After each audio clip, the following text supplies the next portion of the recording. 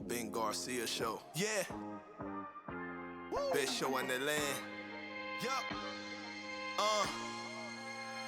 Listen. Come and get your information from Ben Garcia. Get the latest on your quarterback, running backs, and receivers. Tune in, so any other show you don't need them. Any news that he giving out, please just believe him. Giving out the latest prediction and top-notch analysis. Wanna hear the truth, better have thick skin like callus. The latest move that your team just made can be damaging. The dudes ain't speaking no facts, they just be rambling. Lights, camera, action, turn on the show, go get the cameraman.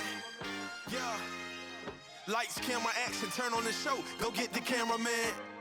What's up? Welcome in to yet another edition of the Ben Garcia Show. Thank you so much for making this a part of your day, whether you're listening on Apple Podcasts, Spotify, for free on the iHeartRadio app, or maybe you're one of those people, we say it every week, you'd rather watch the show and listen at the same time. Look at my mannerism, shake your fist at me through the screen on YouTube. We appreciate it. Don't forget to like, share, subscribe on all the other podcast platforms as well. Leave a 5-star review or don't. Beggars can't be choosers. We are just happy you are here. Again, it's been an awesome, jam-packed week of football, a straight football show all day with a little bit of college sprinkled in. We saw Bill Belichick take his worst home loss as the head coach of the Patriots.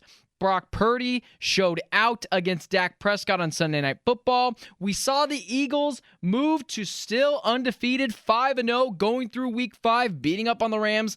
And then at the end of the show, I would like to talk some Oklahoma, Brett Venables, and USC in Lincoln Riley, because there are some thoughts I have on that. I think it's very interesting, so I can't wait to get to it all. But before we get to that, let's start right here. I lead my show off today with what you can see, the blue background, the Dallas Cowboys and the San Francisco 49ers on Sunday Night Football squaring off. We saw it. I tried to warn Dallas Cowboy fans. I said this game probably not going to be particularly close because I went in on Dak Prescott, and still Dallas Cowboy fans, they are just now they're starting to get it. Now they're starting to get my message. Last night, I follow a few Dallas Cowboys accounts on Instagram. I've befriended a lot of those people in the Dallas Cowboys community who respect what I have to say, but also disagree with me. All of that friendly discourse is not only welcome, it's appreciated. So I see some of their stuff that they post on social media. And last night, one thing caught my eye. I can't remember his name. I follow him on social media. But he posted last night just a quick recap. He does it every single week. And basically he said, time is running out on Dak Prescott. And it took everything, every fiber in my being for me not to post. In fact, I even typed it out. I even typed the whole thing out and then said, no, I'm not a fanboy. I don't comment on things. That's not what I do.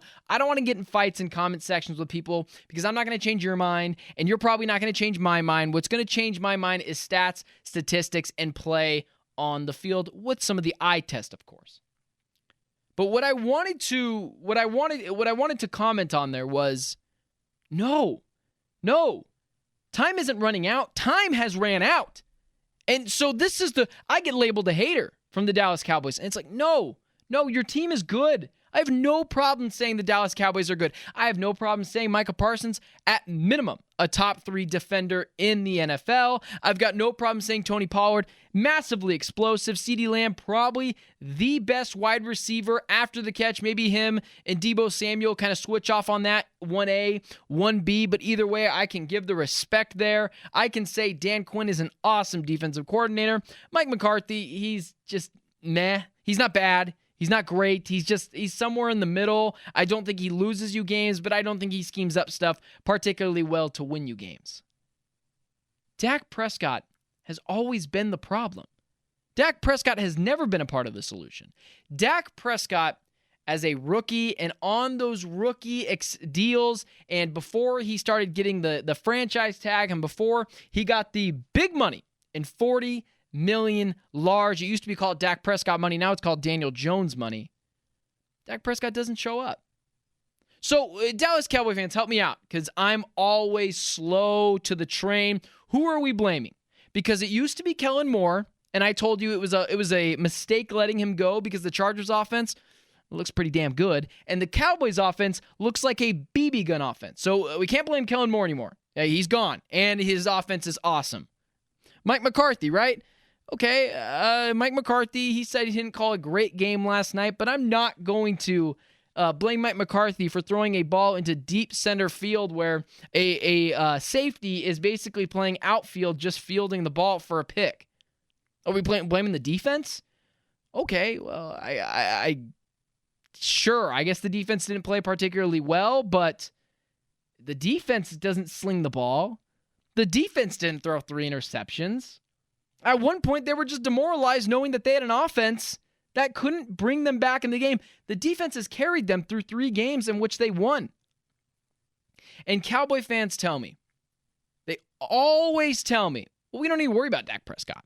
We just don't need to worry about Dak because our weapons and our defense will carry us to a Super Bowl. No, and that's never been true. Outside of the outliers of a Nick Foles, of a Trent Dilfer, of a quarterback that isn't a top 8 quarterback, it generally doesn't happen. So don't point to the Trent Dilfers and the Nick Foleses of the world and point to that as the rule. Those are the statistical anomalies. Those are the exceptions.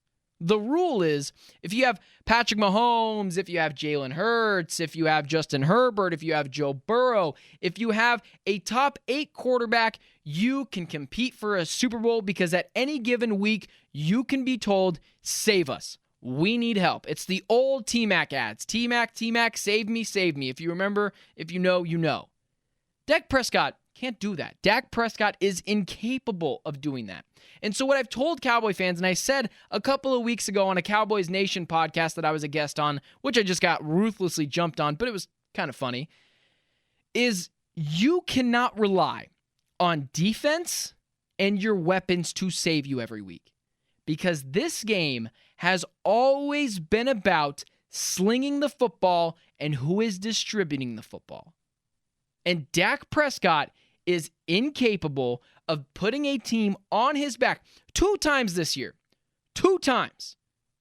Dak Prescott was asked to put the team on his back, not rely on the defense so heavily, and save them. And both times he came up miserably. Throwing the ball to Kaiser White, who was triple covered in the end zone. Interception, lost the game. Of course, they blame Mike McCarthy for that because everyone is to blame except for Dak Prescott. And then yesterday, 3 interceptions. Even the one that was tipped was a terrible pick. The man was never open. Just throwing the ball blindly. When the things are good in Dallas Cowboy land, things are humming. The best front runners in sports, the Dallas Cowboys. Dak Prescott cannot and will not ever put you on his shoulders and say, don't worry, guys, take the game off. I got this. You know who can do that? Joe Burrow, Patrick Mahomes, Justin Herbert, Jalen Hurts, Kyler Murray. Those quarterbacks have all been able to do that. Kyler Murray, before you get upset with him, took a buffoon of a head coach in Cliff Kingsbury, a roster that was not very good, and took a Cardinals team to the playoffs. Dak Prescott has never done that. Dak Prescott has never, ever had the ability to put people on his back and say, come follow me. And at this point, Dak Prescott's mobility is out the door. He just simply is not a mobile quarterback anymore, which made him great. And Dak Prescott doesn't have the arm to make you pay if he is not able to also run the ball and make you commit halfway because you're not so sure if he's going to take off with his feet like he used to be able earlier in his career. And now at this point, I'm not so sure Dak Prescott is a top 18 quarterback. He's bad. Dak Prescott at this point is worse than I thought he was. So I want to just name all the quarterbacks right now that I would take over Dak Prescott. This year, I want to name all the quarterbacks that I would take over Dak Prescott simply because they're just better or a combination of they have an easy contract that is beneficial to the team that will help them cultivate talent around said quarterback if they were on the Dallas Cowboys team. Because reminder, Dak Prescott makes $40 million large. Josh Allen, Tua Tagovailoa, Aaron Rodgers, Lamar Jackson, Deshaun Watson, Joe Burrow, Trevor Lawrence are all more talented guys like Patrick Mahomes, Jalen Hurts, and that brings me to the other guys. The guys that don't make any money, but are clearly either as talented, could do the same thing as Dak Prescott, or be able to be beneficial enough to use the money that they're saving on them to help add other key pieces. Anthony Richardson, CJ Stroud, Baker Mayfield, Matthew Stafford, Kyler Murray, Justin Herbert, Jordan Love, Baker Mayfield, Brock Purdy, and it's not close. We'll get to that in a second. Sam Howell in week 1 against the Arizona Cardinals put the team on his back last drive of the game for a game-winning score. For the last drive of the game that the Washington Commanders had, he went down there, put the team on his back, scored, beat the Cardinals in week 1. And don't say anything because Dak Prescott couldn't do that. Threw the ball to Kaiser right in the end zone. So I want to harp on Brock Purdy. I owe Brock Purdy half of an apology. Because here's what I'll say. Brock Purdy is much better than I thought he was. He is a very precise passer. He's obviously off the chart smart when it comes to football, and I've never been afraid of saying I was wrong. And I was half wrong on Brock Purdy. I still think that he's a product of Kyle Shanahan, but it doesn't matter because he has Kyle Shanahan, so you can't use that against him. He's not losing Kyle Shanahan anytime soon. He's not getting fired. And the talent around him, I mean, Deebo Samuel, George Kittle, Brandon Ayuk, Christian McCaffrey. You've heard the whole story on and on again. That doesn't even talk about the defensive players that he has. Fred Warner, Javarius Ward has been good. Dre Greenlaw. I mean, it just goes on and on and on for the Niners. They're stacked with talent. But here's what I am going to say. Brock Purdy is better than Dak Prescott, and it's not close. The gap between Dak Prescott and Brock Purdy is the Grand Canyon. He's more precise. He's more mobile. It seems like he's able to read a defense, and schematically, he knows kind of what's coming. It seems like possibly he's in the film room more than Dak Prescott. I don't know that to be 100% true, but what I've seen from him pre-snap, I like Brock Purdy more. I've seen him audible out of situations and say, you know what? Let's give this ball over to CMC. That's part of being a quarterback. That's part of recognizing a defense, knowing they're in pass coverage, or dropping guys back and going, CMC, go on out there. It's tough for me to say because I saw a play last night for Brock Purdy where he dropped a ball in a bucket to Deebo Samuel before Deebo Samuel was even looking. Anticipation was there, and completely in all 3 phases, the 49ers outplayed the Cowboys, and in every phase of being a quarterback, Brock Purdy has surpassed Dak Prescott, and it is not particularly close. The Cowboys are fraudulent. They have no chance of winning a Super Bowl because they will have to go through the San Francisco 49ers, and beating a team twice is hard unless you're the Niners and you're playing the Dallas Cowboys. Brock Purdy is miles ahead of Dak Prescott as a thrower, mobility, pre-snap. It's not close. Dak Prescott has taken a huge step back. I don't want to hear about his interception numbers, which now to this point aren't even good either.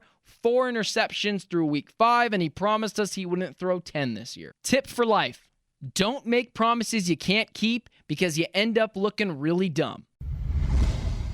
Well, in case you missed it, the New England Patriots are still a football franchise post Tom Brady. They're just not a very good franchise post Tom Brady. And that's kind of where I want to harp on this. I don't want to really zone in too much on the whole Bill Belichick thing. Should he get fired? Should he not get fired? We'll talk about that.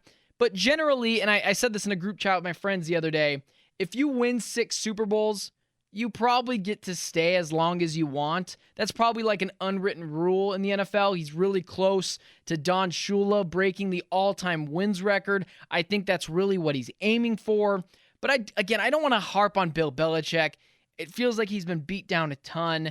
I think we now know, though, to all the really dumb fanboys out there that really just didn't like Tom Brady, they would say things like, Tom Brady's a system quarterback. Tom Brady is not all he's chopped up to be. He's a product of Bill Belichick, and they forget Bill Belichick was fired. Bill Belichick was a failed head coach before Tom Brady. Totally fine. He didn't continue to be a failure. We all fail in some aspects.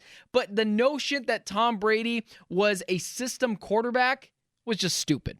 Because now we've learned that Tom Brady is the system. And we saw this 25, 30 years ago.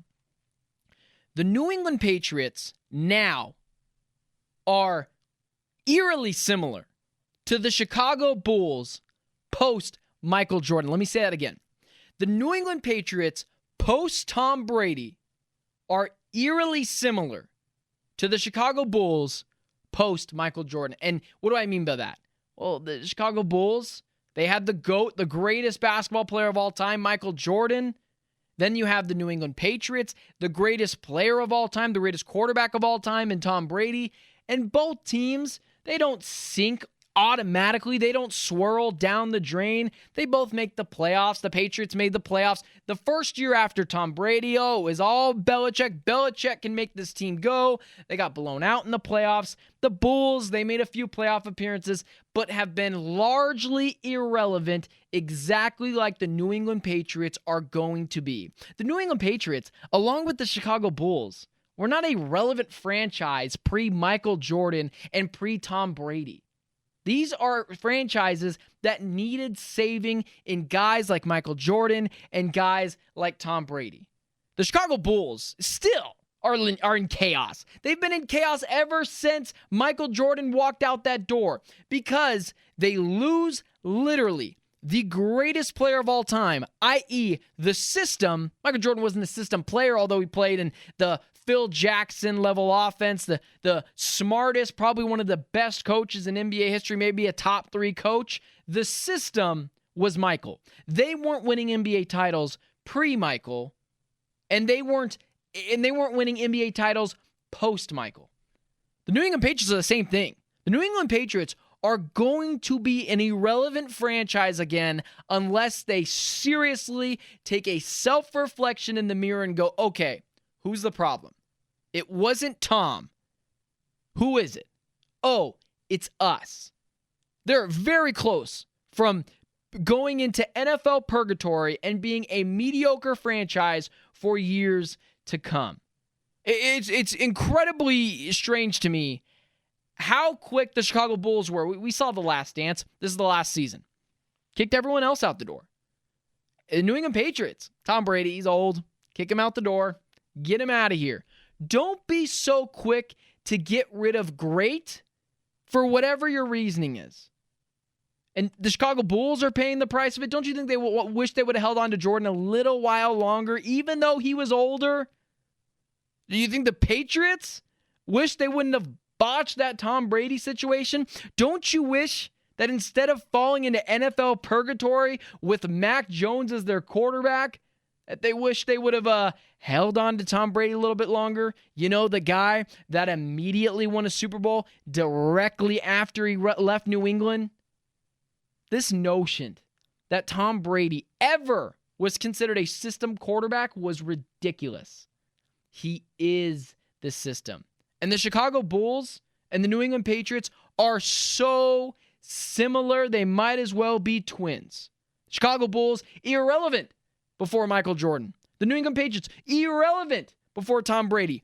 Both those players walk out the door, and both teams have been spiraling ever since. That doesn't mean they've never made the playoffs.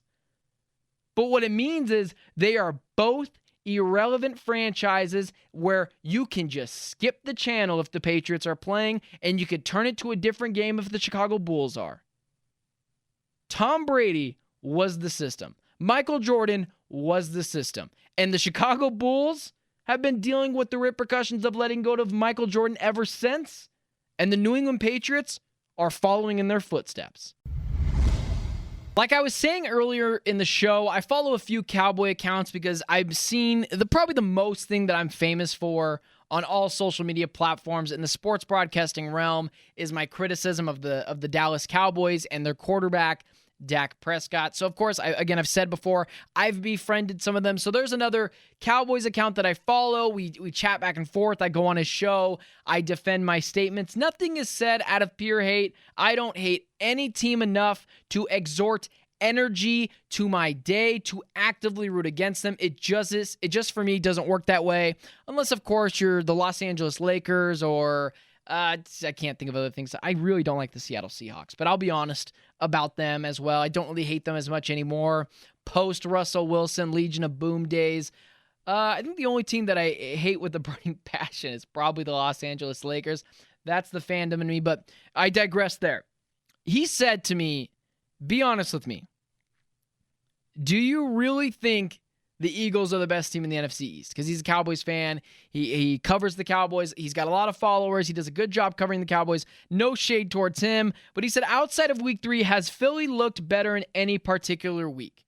And I said, in terms of quality opponents, trust, quarterback, and the team as a whole, I would take Philly over Dallas, not by a ton, but by an okay margin. This was last week. Philly has started to find their stride offensively in their last 2 games, and I also cited 17-7. Hurts put the team on his back and says, yeah, I'm going to lead this team to a win over the Commanders in week 4. It was dicey. It got really just prickly over there, and the Philadelphia Eagles came out on top against the Commanders. And my defense of the Eagles has been solely, do people seriously not understand how much coaching matters in the NFL?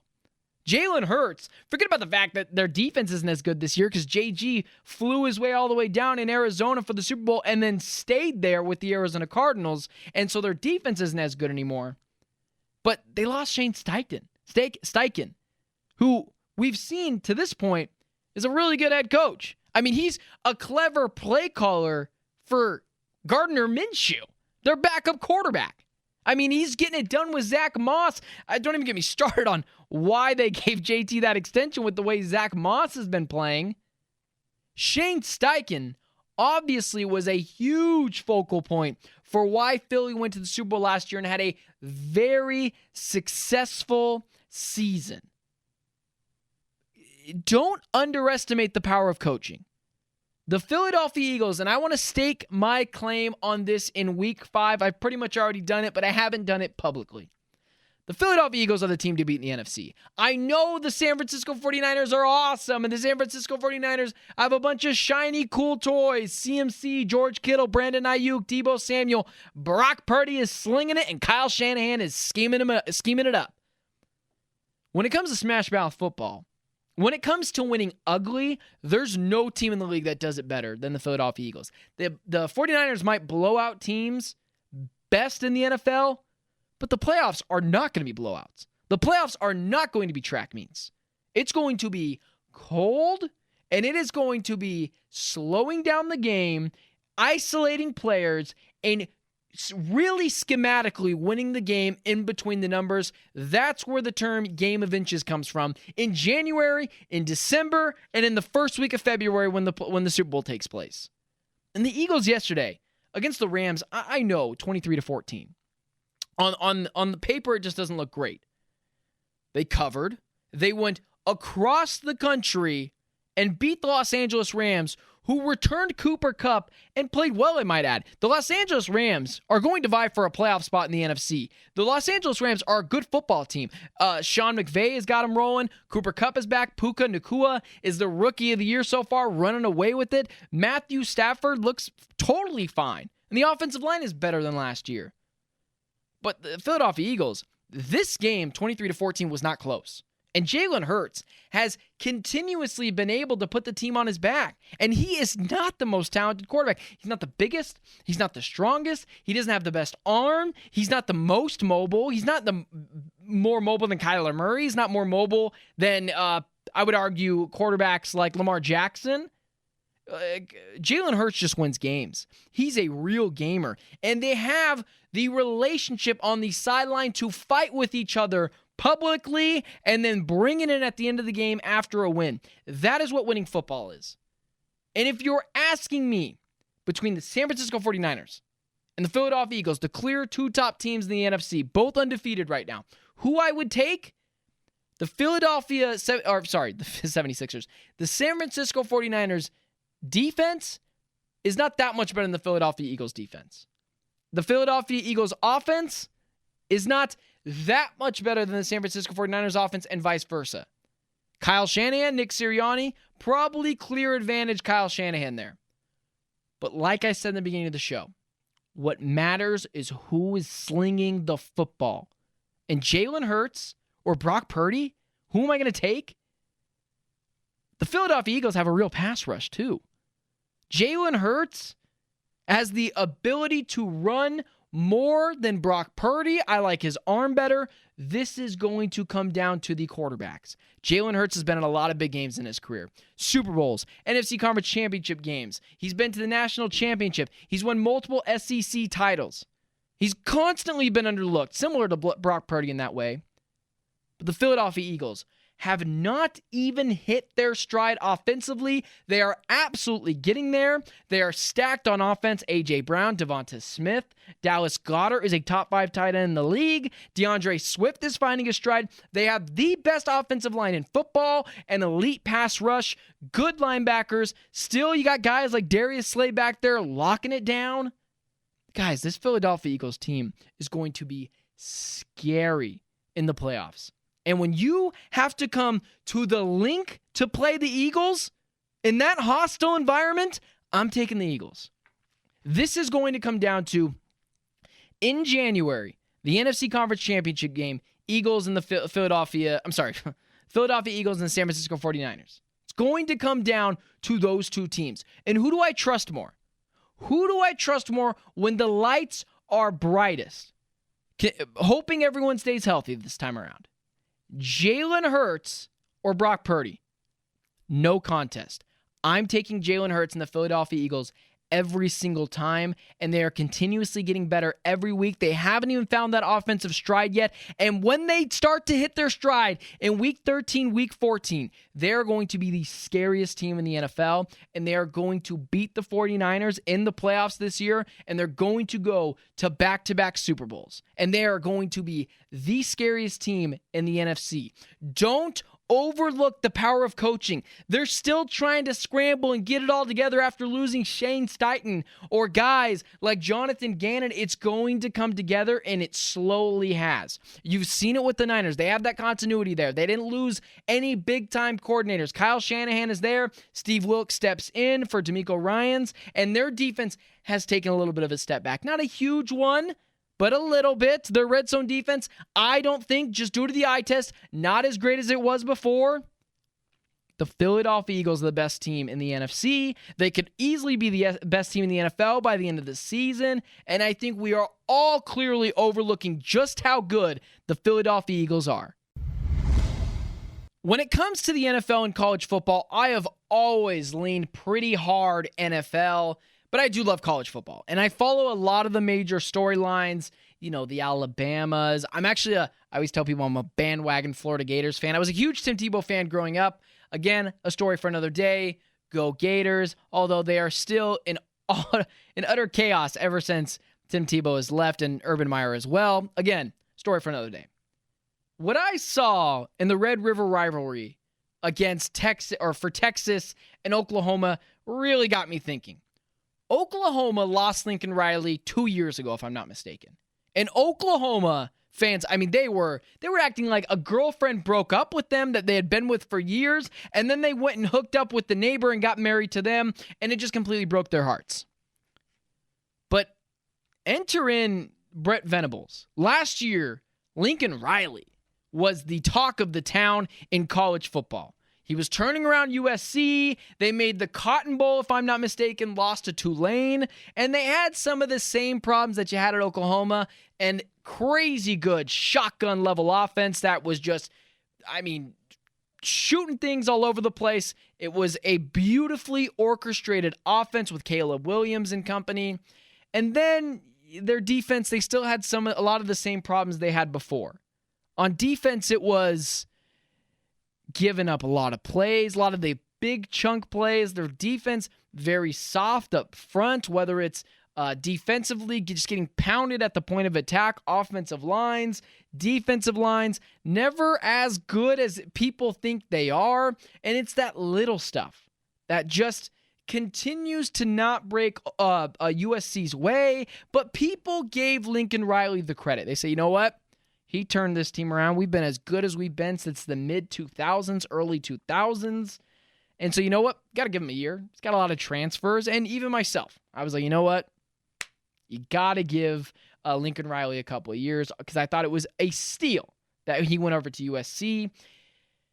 And now they have a lot of the same problems. I don't know if you watched the USC University of Arizona game over the past weekend, but they should have lost. If not for a really boneheaded mistake by Jed Fish calling just an abysmal call in overtime, costing them the game, Jed Fish and University of Arizona outplayed USC for large portions of that game. Caleb Williams had 4 completed passes going into the third quarter. He wasn't great. He pulled a rabbit out of its hat. USC has the same problems they did last year. Their defense is atrocious. USC is not the best team in their own conference. They're not the second best team in their own conference. Oregon and Washington both will pummel them when they have the chance to play those teams. And so that brings me to my next point. Oklahoma and Brent Venables are not only good at offense now, they're good at defense. The thing that they could never get right under Lincoln Riley, they're goal line stuffing Texas in the Red River rivalry and winning the game. Oklahoma's better than USC right now. And they're, largely the same historical franchise, organizational football. Probably Oklahoma, a slight nudge to them. They've got a lot of great Heisman winners. They've won national titles. All that good stuff when it comes to Oklahoma. Played in a lot of big games, USC, national titles. But I probably still give the nod to Oklahoma over there. But now they've surpassed USC, which no one, even myself, saw coming. Oklahoma's in better hands right now than they were with Lincoln Riley. Brent Venables has this team humming. Dylan Gabriel, a guy in which everyone last year and this year were kind of having second thoughts about Dylan Gabriel. He's slinging the ball now. He's really coming to his own. I was one of those people, and I told my close friend, I said, you sold your soul for a paycheck. You're going to the SEC, and you're going to be a BB gun offense and a tissue paper defense, tissue paper in the rainstorm fading defense. It's going to be very bad, but you're going to make a lot of money, so good for you, and you're going to take the whole Oklahoma-Texas Red River rivalry thing over to SEC, and you're going to make a lot of money. I was wrong. USC with Lincoln Riley has serious problems. They're not the best team in their own conference. They're not the second best team in their own conference. Again, Washington and Oregon are both better than them. Did Oklahoma luck in to getting Brent Venables in and Lincoln Riley out? Because the offense is still awesome. And now the defense is good. And Lincoln Riley and USC still has the same problems that they had in Oklahoma. They're a soft football team. They're not good in the trenches. They're horribly tackling on defense, and they're horribly coached on defense. If not for Caleb Williams continuously pulling a rabbit out of their hat, this is a 500 football team. This is a Caleb Williams or bust team, not just offense. And it really gives you food for thought. Is Oklahoma better off with Brent Venables than they were with Lincoln Riley? Because the defense is fixed now. The offense looks awesome. They are humming. They are probably going to be vying for a national championship spot, college football playoff spot. I guess I should preface that by saying a college football spot. They're probably going to have to play Texas again in the Big 12 championship game, if I'm not mistaken there. But Oklahoma, at this point, is surpassing USC because Lincoln Riley, offensive wizard. Check, we knew that. And we all said, including myself, well, it's the Big 12. You can't have a good defense in the Big 12. It's almost sacrilegious. Well, Brent Venables has done it, and now he's moved over to the West Coast and USC, and his defense is still abysmal. Makes you think. Brent Venables and Oklahoma are humming, and they look like a perfect marriage. And USC and Lincoln Riley, yes, a good organizational football-wise. But this is less than what we thought coming into the second year. The defense is still a real problem. The defensive and offensive line are mostly overrated and lackluster. This is a Caleb Williams or bust team, not just offense, and he continues to have to pull rabbit out of his hat.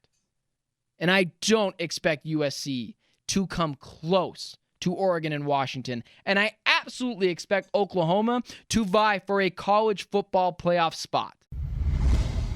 That is all I have for you guys today. Thank you so much for checking out the Ben Garcia Show. Really special thanks here. We had an awesome day, an awesome week on YouTube last week. Thank you so much for tuning in, whether it's on Spotify, Apple Podcasts, or for free on the iHeartRadio app. And to those people that are watching on YouTube, we thank you for that. Continue to comment, share, subscribe. I will interact with you guys. It's been an awesome week. I can't wait to be back next week with more heavy football opinions, and basketball season is rolling on. And my Diamondbacks, as of right now, I can eat my words, up 1-0 on the Dodgers. I'm excited to see where we continue to go with this show. Thank you so much for making this a part of your day. And until next week, it's been the Ben Garcia Show.